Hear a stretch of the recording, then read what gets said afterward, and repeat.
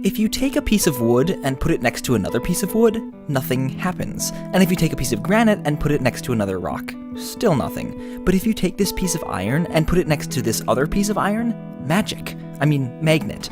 Magnetic objects are able to magically attract at long distances because they generate magnetic fields that extend invisibly out beyond the object. But the mystery is this: where do magnetic fields come from? Well, that's easy, Henry. We've known for a long time that electricity and magnetism are really just two sides of the same coin. Kind of like mass and energy or time and space. They can be transformed into one another. And in fact, a magnetic field is just what an electric field becomes when an electrically charged object starts moving. That makes sense for explaining why a current of electrons flowing through a wire causes this compass needle to move, or how currents in the Earth's outer core generate the geomagnetic field. But a bar magnet or the compass needle itself are just pieces of metal without any electrical current running through them. Or are they?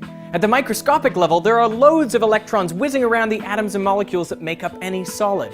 Right. This brings up an excellent point. The magnetic behavior of any everyday object is influenced by a fascinating combination of effects ranging from the level of particles to atoms, collections of atoms, and collections of atoms. First, individual particles. Unlike the everyday workings of gravity and electricity, permanent magnets can only be fully understood as a quantum mechanical effect, in much the same way that particles like electrons and quarks have fundamental properties called mass and electrical charge. Most particles also have another intrinsic property called tiny magnet. Just kidding, it's called intrinsic magnetic moment, but really that's just technical mumbo-jumbo saying that particles with electric charge also happen to be tiny magnets. If you want to know why they're tiny magnets, well, you may as well ask, why are particles charged in the first place? Or why do objects with mass and energy attract each other gravitationally?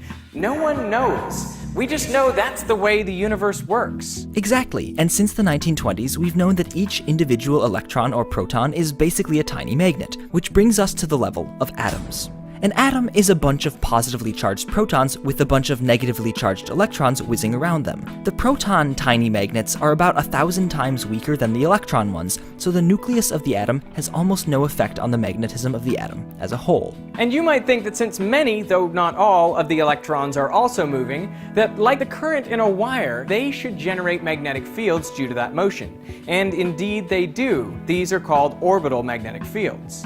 Except these don't usually contribute to the magnetic field of an atom. Here's why. Electrons in atoms are accurately and complicatedly described by quantum mechanics, but the gist of the story is that electrons congregate in shells around the nucleus. The electrons in any filled shell zoom equally in all directions, so the currents they generate cancel out and generate no magnetic field. These electrons also come in pairs whose tiny magnets point in opposite directions and also cancel. However, in a half-filled shell, all of the electrons are unpaired, and their tiny magnets point in the same direction and add up, meaning that it's the intrinsic magnetism of the electrons in the outer shell that gives an atom the majority of its magnetic field.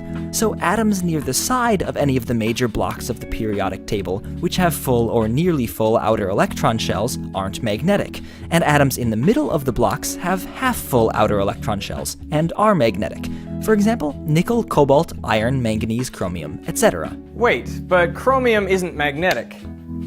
But just because an atom is magnetic doesn't mean that a material made up of lots of that atom will be magnetic, which brings us to the level of crystals.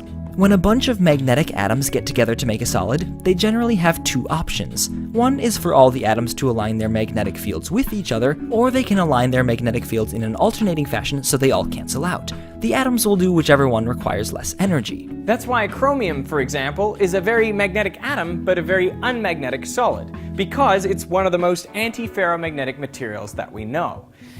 Iron, on the other hand, is the namesake of ferromagnetism, so it is unsurprisingly ferromagnetic, or, in usual parlance, magnetic. Sometimes.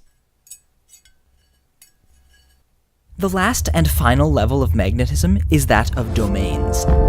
Essentially, even in a magnetic material where the magnetic fields of atoms line up together, it's possible that one chunk of the material will have all its atoms lined up pointing one way, and another chunk will have all its atoms pointing another way, and so on. If all of these domains are of a similar size, then none may be strong enough to force the others to align with it. In which case, a piece of iron, for example, may have no magnetic field at all because of all the warring magnetic kingdoms within it.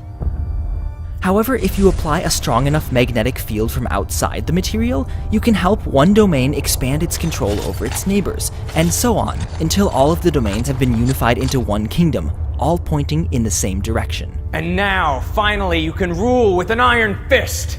I mean, magnet.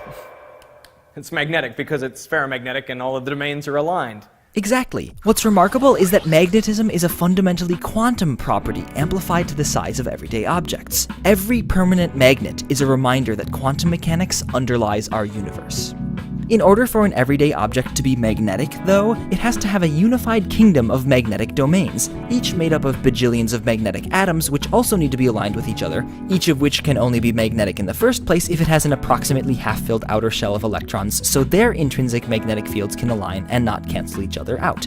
Not surprisingly, these criteria are pretty difficult to fulfill, which is why there are only a limited number of suitable materials you can use when you're building a magnet. Or you could just run a current through any electrical conductor and produce a magnetic field that way.